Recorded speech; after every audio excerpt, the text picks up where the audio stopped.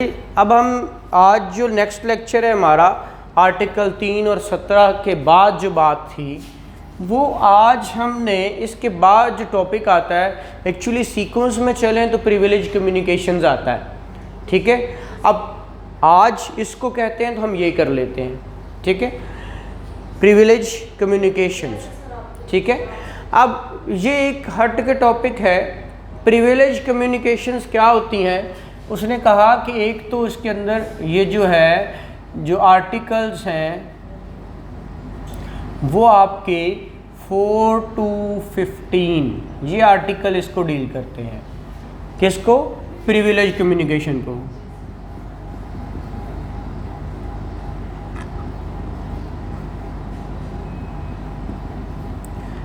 Privilege क्या होता है, कम्युनिकेशन क्या होती है? अपने लफ्ज़ सुना होगा इस्तस्ना। ठीक है, छूट। ठीक है, ऐसी इस्तस्ना किस में? जब आप कम्युनिकेशन करते हैं, बातचीत करते हैं। उसने कहा कौन सी बातचीत? उसने कहा कि बातचीत प्रिविलेज कम्युनिकेशंस किन किन के दरमियान में गुफ्तगू होगी तो वो प्रिविलेज में आएगी।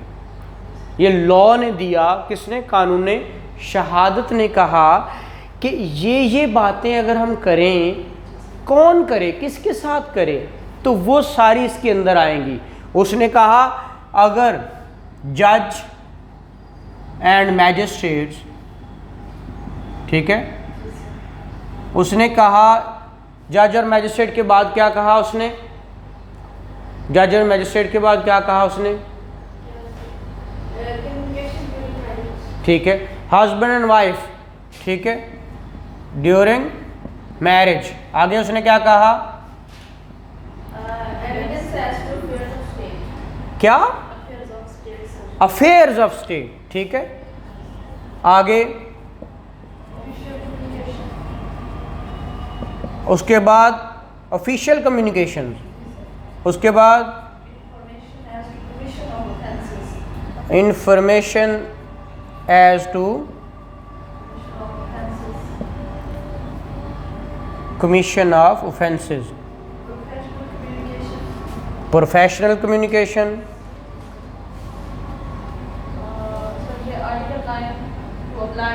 ठीक है, इंटरप्रेटर। ठीक है, नॉट वेव्ड। हाँ जी, लीगल एडवाइजर्स।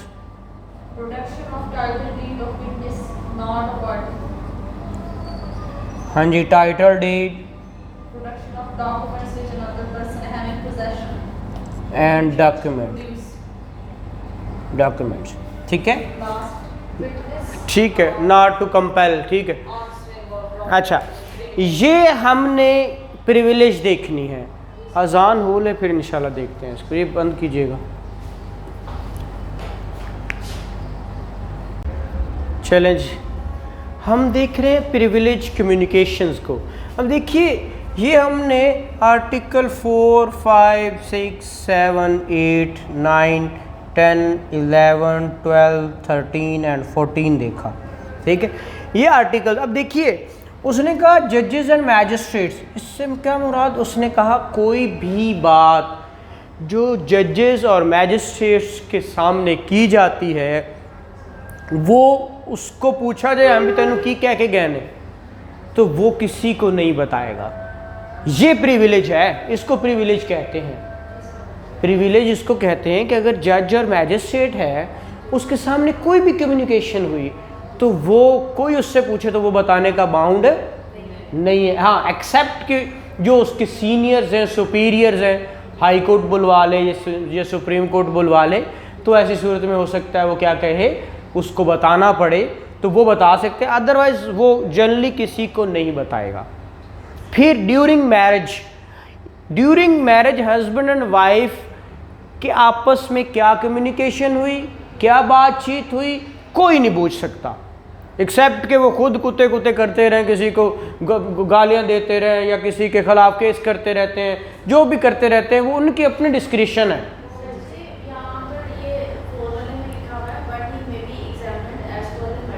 हाँ हाँ, मैं वही कह रहा हूँ, उसके सामने जो हुआ, हाँ डेफिनेटली, तो वो ऐसे गवाह होंगे ना, हाँ वो डेफिनेटली वो हो सकते हैं ऐसी सूरत में। हाँ अभी मैं सिर्फ ओवरव्यू दे रहा हूँ, अभी हम बेयर रीडिंग करते हैं, सिर्फ ओवरव्यू दे रहा हूँ, बेयरिंग अभी हम करते हैं। अच्छा, उसके बाद ड्यूरिंग मैरिज वाली बात आपने देखी कि ड्यूरिंग मैरिज डेफिनेटली मैरिज दो लोगों के द्वारा हस्बैंड एंड वाइफ होते हैं, ठीक है, तो उनके दरमियान क्या गुफ्त शनीद हुई वो कोई भी उनको कंपेल नहीं कर सकता बताने के लिए कि बताओ, वो प्रिविलेज है उनके लिए। कहीं पे भी वो खुद आके जो मर्जी डिस्क्लोज करते रहें, बट कोई उनको कंपेल नहीं कर सकता बताओ, ठीक है ना।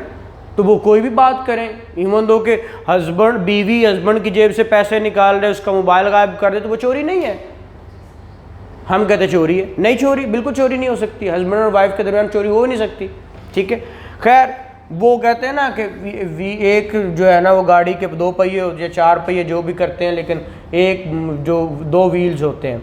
अच्छा, अफेयर्स ऑफ स्टेट, जितने भी लोग आपके कम्युनिकेशंस होती हैं, मतलब स्टेट के मिनिस्टर्स या स्टेट के अफेयर्स के मुताल्लिक जो बात जिस किसी को पता है वो कहीं बाहर डिस्क्लोज नहीं की जाती, कोई अनपब्लिश्ड डॉक्यूमेंट है तो वो एक तो है ना कि इनकी ऑफिशियल गैजेट में हर बात छप जाती है, लेकिन जो नहीं छपती उनसे कोई पूछ जी वो नहीं पूछा जा सकता। फिर ऑफिशियल कम्युनिकेशंस, जो आप वज़ीर आज़म की जो है ना उससे क्या बात हुई, उसके सेक्रेटरी से या उसके फॉरेन मिनिस्टर से, इंटीरियर मिनिस्टर से क्या बातें हुई, वो ऑफिशियल कम्युनिकेशंस हैं, वो कोई भी उनको कंपेल नहीं करेगा बताए जाएं। जितनी डिस्क्लोज हैं वो तो डिस्क्लोज हैं, जितनी नहीं है वो उनको कंपेल नहीं किया जाएगा। फिर इंफॉर्मेशन, ये आपने सुना होगा एक, ये इसकी बड़ी हमारे यहाँ मुखबर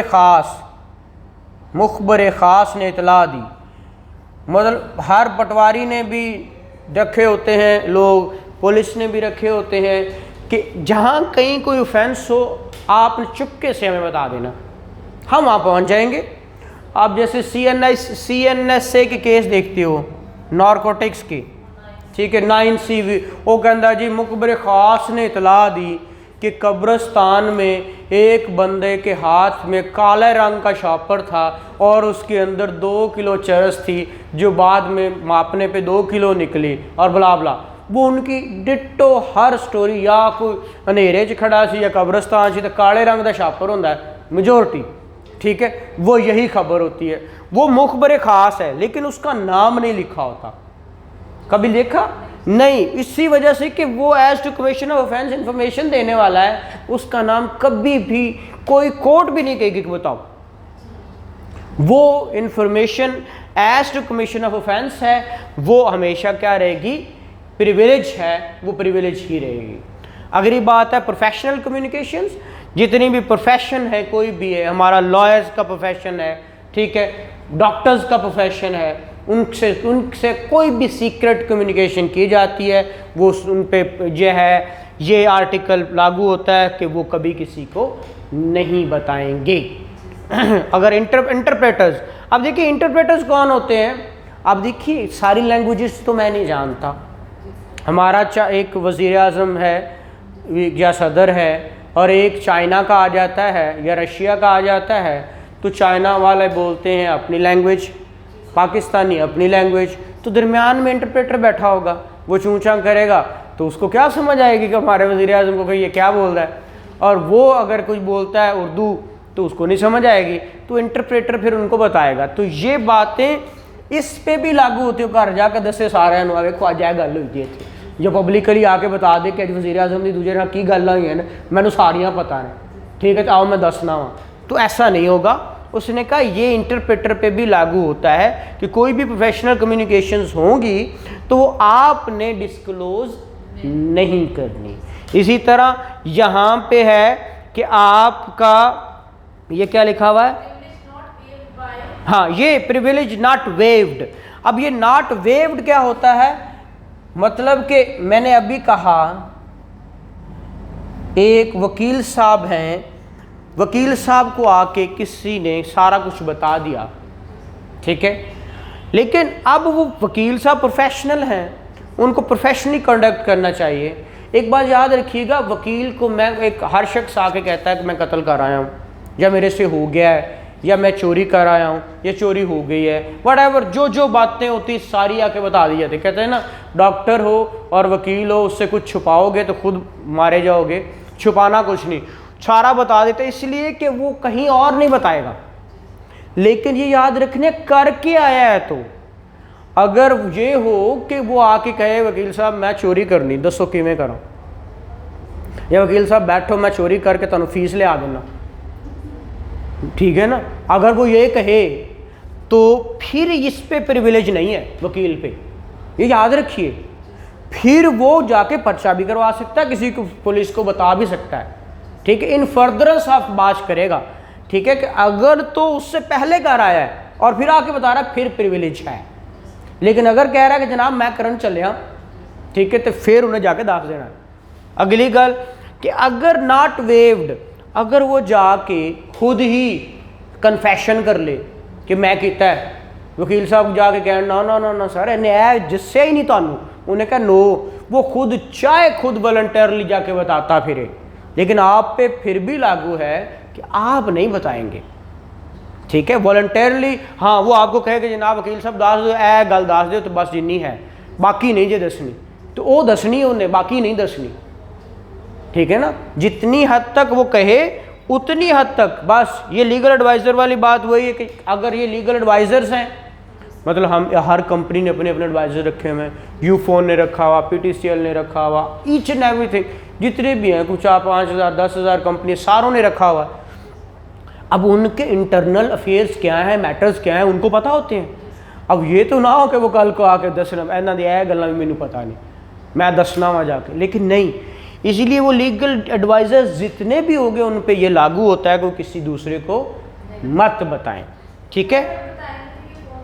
ये प्रिविलेज कभी, अब तो फिर ये तो इनके ऊपर ये कंटेम्प्ट भी लगेगी, इनके ऊपर और बहुत सारे लॉज हैं, इनके ऊपर वो रेमेडीज़ तो बहुत सारी हर लॉ में दी हुई, उनके अपने लॉज में भी दी होती हैं कि क्या क्या इनके ख़िलाफ़ हुआ।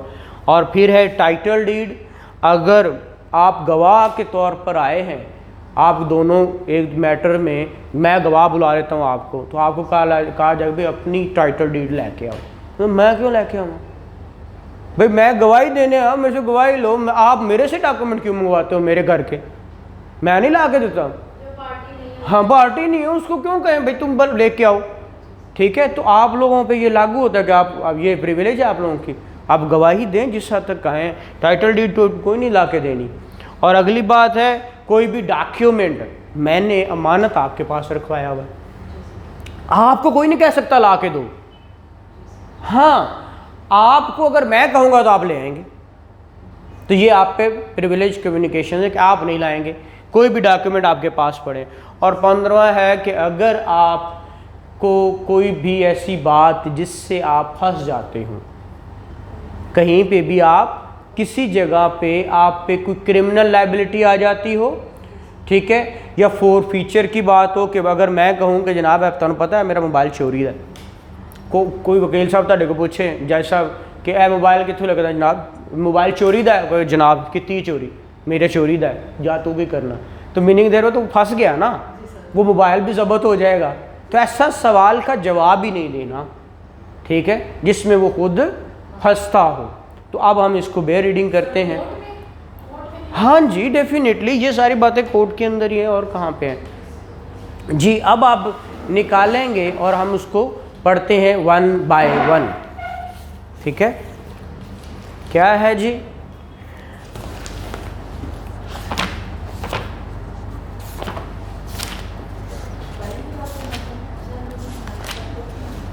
जी नो जज और मैजिस्ट्रेट शैल, पहले नो से बात शुरू कर रहा है, except upon the special order of some court to which she is subordinate.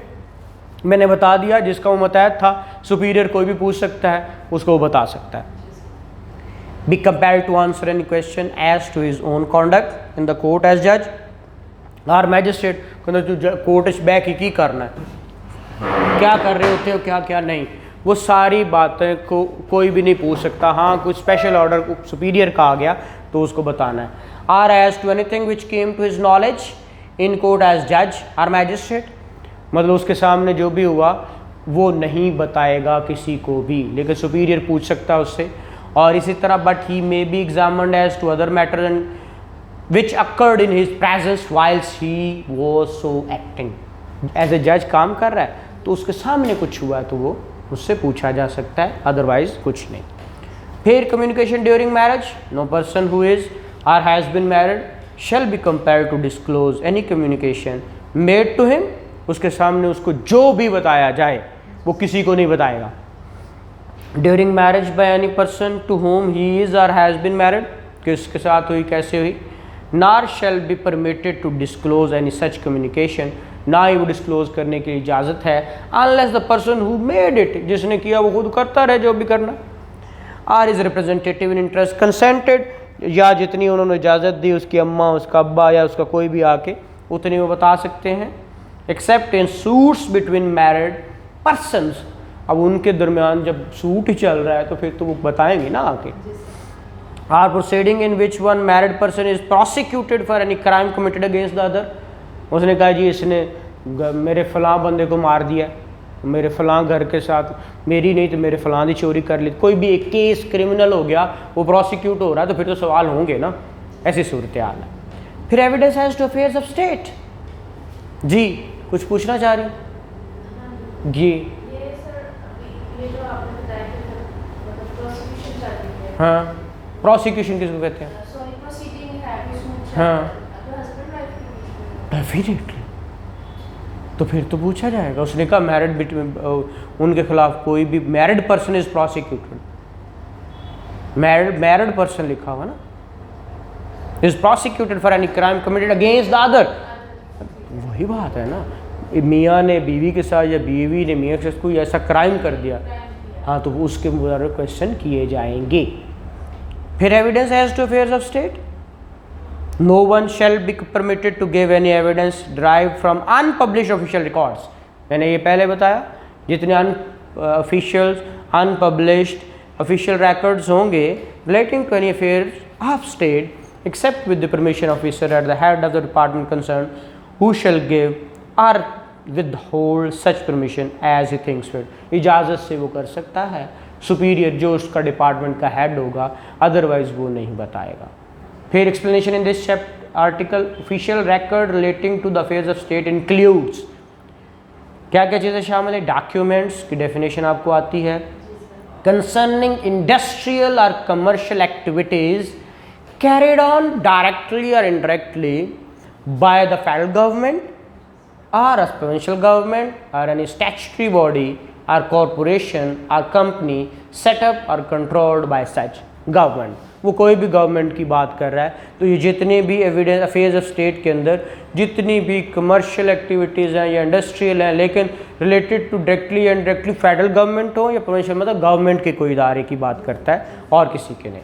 फिर ऑफिशियल कम्युनिकेशंस कौन सी होती हैं, उसने कहा no public officer shall be compelled to disclose communications made to him in official confidence when he considered that the public interest would suffer by the disclosure। अगर किसी को बता दिया गया तो फिर क्या होगा, इसमें बहुत सारे लोग इसमें मुतासर होंगे, तो इसीलिए किसी को जो बात उसके सामने आई है उसको नहीं कंपेल किया जाएगा कि तुम बताओ।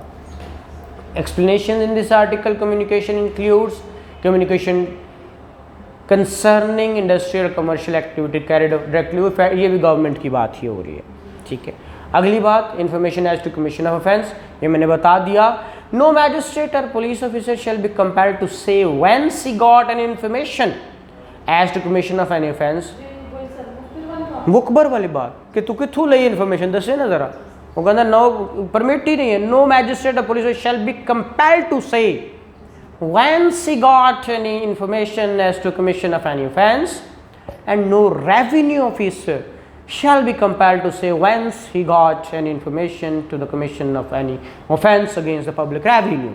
उसने किथों मिली इजाज़त जनाब, वो जो रेवेन्यू ऑफिसर अक्सर बाज़ इस तरह भी होता है, उन्होंने भी रखे होते हैं, उनको भी कहीं से कोई मिलती है वो इन्फॉर्मेशन, तो वो कह रहा है किसी को कंपेल नहीं किया जाएगा। फिर इन this article revenue officer mean the officer employed in about the business of any branch of public revenue. वो रेवेन्यू से मतलब फेडरल FBR भी हो सकता है, एक्साइज एंड टैक्सेशन भी हो सकता है आपका, पटवारी भी हो सकता है आपका, मतलब पटवारी अब ऑफिसर्स में नहीं आता, वो तो आपका उसमें आता है विलेज ऑफिसर्स में, लेकिन कोई भी हो सकता है, इसीलिए उसने कहा कि इसके अंदर इंक्लूड कर रहा है। फिर प्रोफेशनल, जी हाँ डेफिनेटली उसके अंदर रेवेन्यू ऑफिसर्स के अंदर जो बिजनेस करते हैं पब्लिक रेवेन्यू के लिए, उनकी बात कर रहा है। फिर professional communication, no advocate shall at any time be permitted unless with his clients express consent। उसकी इजाज़त से जो उसने कहा, वकालतनामा साइन करके दिया, ये कर सकता है, वो कर सकता है, वो कर सकता है, वो कर सकता है। टू डिस्क्लोज एनी इन्फॉर्मेशन, कि वो कभी किसी को इजाज़त ही नहीं है कि वो इन्फॉर्मेशन डिस्क्लोज करे, मेड टू हिम, जो उसको देगी, in the course or in the purpose of his employment, जब तक उसको वकील किया गया है, as such advocate by or on behalf of his client are to state the contents or condition of any document with which he has become acquainted in the course and for the purpose of his professional employment, जिसके लिए उसको वकील किया गया। are to disclose any advice given by him to his client in the course and for the purpose of such employment। वही उसके मतलब वही हुआ कि जो जिस वक्त तक वो वकील उसको किया हुआ है, वो कहीं भी ड्यूरिंग जितनी देर तक वो वकील है उसके अंदर कोई भी उसकी उस वकालत के पीरियड में कोई भी बात उसके सामने आई तो वो किसी को नहीं बताएगा। Provided that nothing in this article shall protect from disclosure, यहाँ पे उसको छूट दे दी गई, यहाँ पे उसने कहा डिस्क्लोज कर सकता है। Any such communication made in furtherance of any illegal purpose, जैसे मैंने कहा हाँ इन फर्दरेंस ऑफ से मुराद वो है, ठीक है। Or an fact observed by an advocate, या उन्हें दसिया नहीं, आप ही उन्हें पता लग जाए कि कुछ गड़बड़ है मामला, ठीक है। Whether any advocate in the course of his employment as such showing that any crime और fraud has been committed since the commencement of his employment. उसने कहा जब से उसने मुझे वकील किया है मुझे लगता है ये किसी के साथ फ्रॉड भी कर रहा है या कहीं क्राइम भी कर रहा है, नहीं तो ये को इन्हें पैसे कितों आए कि मैंने इतना कुछ दे दे, लाइक मुझे लगता है वो ऑब्जर्व कर रहा है, तो फिर भी वो क्या कर सकता है, बता सकता है किसी को। After such an advocate was और was not direct to such fact by और on behalf of his client, क्योंकि उसने तो नहीं बताया लेकिन वो शो कर सकता है, बता सकता है। ये तो ये दो उसको क्या की गई हैं, एक्सेप्शन दे दी गई। The obligation state in this article continue after the employment has ceased. अब ये याद रखिए, वकील को तो ड्यूरिंग उसने कहा कि प्रोफेशनल कम्युनिकेशन जितनी भी बातें हैं उसने नहीं बतानी किसी को, ड्यूरिंग एम्प्लॉयमेंट तो मतलब जब वकालत वो अपना उसका केस उसने कर लिया बाद में बता सकता है। उसने कहा नो, उसने कहा obligation stated in this article continues after the employment has ceased, उसके बाद भी वो नहीं बता सकता, उसके बाद भी मीनिंग देयर बाय कभी भी नहीं बताएगा, जितनी बातें भी हैं। फिर इसी तरह आर्टिकल, हाँ बिल्कुल आप पढ़ के आएंगे, जो नहीं समझ आएगी मैं कल आपको ज़रूर बताऊंगा। आप घर पे जाके ये सारी चीज़ें पढ़ा करें, मैं इसलिए कुछ चीज़ें आपके लिए छोड़ता हूँ, मैं बल्कि आपको पढ़ने से पहले सारी चीज़ें कोशिश करता हूँ कि एक आसान लैंग्वेज में समझा दूँ, फिर पढ़ाता हूँ, फिर घर जाके पढ़ेंगे तो फिर आपको ये चीज़ें अजबर हो जाएंगी।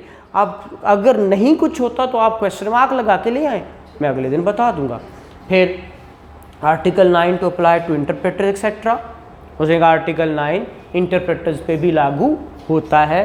The provisions of the article 9 shall apply to interpreters and the clerks as servants of the advocate, वकील के ऊपर भी लागू है तो उसके क्लर्क पे भी लागू है, उसके सर्वेंट पे भी लागू है कि घर की सारी बातें एक उसके मुलाजिम को पता हो तो वो जाके सारों को बताता फिरे, उसका नो, ये इसके ऊपर भी लागू होता है। फिर privilege not waived by volunteering evidence, उसने दे भी दी, मैंने कहा उसने खुद जाके दे दी एविडेंस, नहीं बताएगा। अब देखिए, if any party to a suit gives evidence therein at his own instance और otherwise he shall not be deemed to have consented thereby to such disclosure as is mentioned in article 9। उसने कहा खुद जाके बता दी, इसका मतलब ये नहीं है कि आपको वो आप भी बता दो। उसने कहा no. And if any party to a suit of proceeding calls any such advocate as a witness, अगर उसको कहते गवाही के लिए आ, तो फिर he shall be deem to have consented to such disclosure only, जितना उसको कहा गया सिर्फ उसने उतना ही बताना है, ठीक है। If he question such advocate on matter which but for such question he would not be at liberty to disclose, सवाल किया भी जाए तो जिस बात का उसने मना किया वो नहीं बतानी, जिस हद तक उसने इजाज़त दी सिर्फ उस हद तक बताना है, ठीक है। आगे जी, confidential communication with legal advisers, ये मैंने बताया।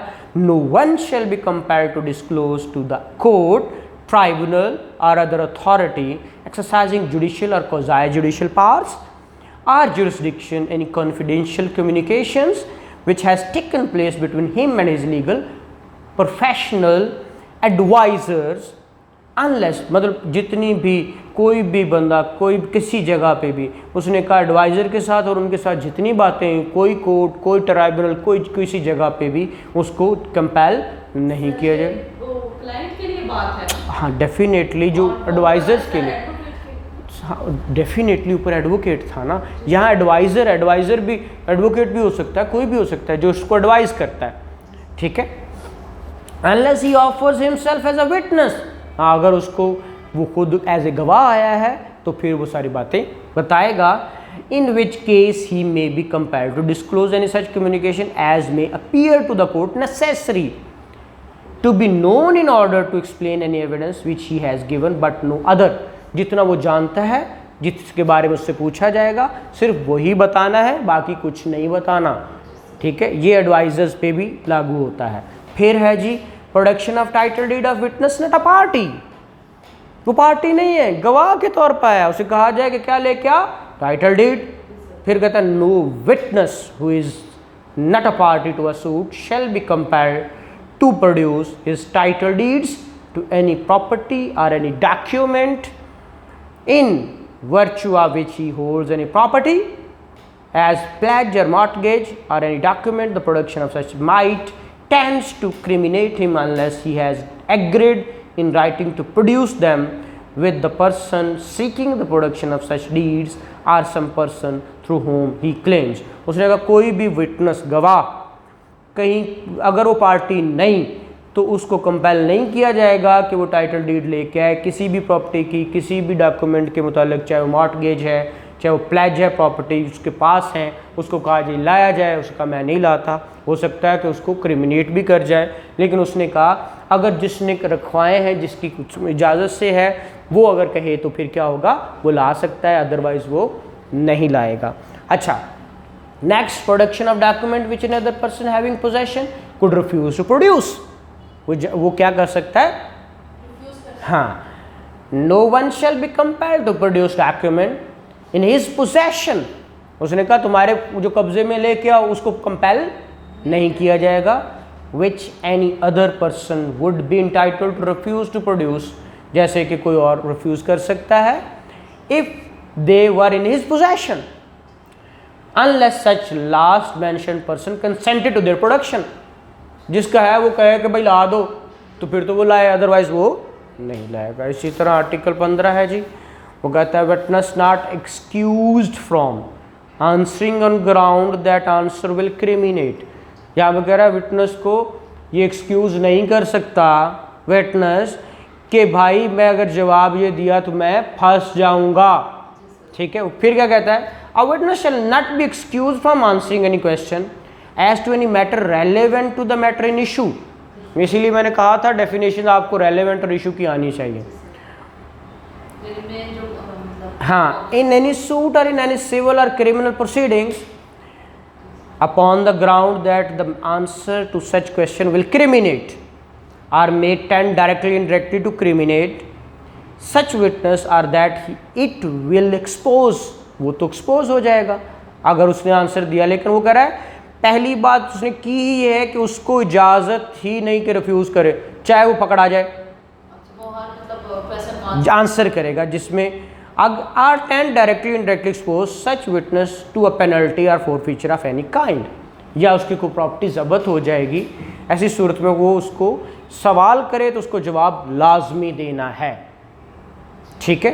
फिर provided that no such answer which a witness shall be compelled to give, ऐसा कोई जवाब जिसको उसको कंपेल किया जाए, shall subject him to any arrest or prosecution, criminate कर जाए, फॉरफीचर हो जाए। लेकिन यहाँ पे आके वो फिर क्या कह रहा है कि ऐसा कोई भी जवाब जिसको कंपेल किया गया उसको ना तो वो अरेस्ट कर सकती हैं ना उसके खिलाफ कोई केस कर सकते हैं, to be proved against him in any criminal proceeding, ठीक है। क्रिमिनल प्रोसीडिंग में जो उसके खिलाफ साबित हो गया हो वो उसको अरेस्ट भी नहीं कर सकते और प्रोसीड, हाँ, except a prosecution for giving false evidence by such person, अगर उसे झूठी गवाही दी हो तो फिर पकड़ लेंगे उसको, प्रोसिक्यूट भी करेंगे। अदरवाइज तो रोज़ देखते हो बहुत सारे आते हैं गलत भी साबित होते हैं, ठीक है, उसको कंपेल भी किया, उसने जवाब भी दिया, लेकिन कल को उसके खिलाफ केस हो गया तो उसको उसके खिलाफ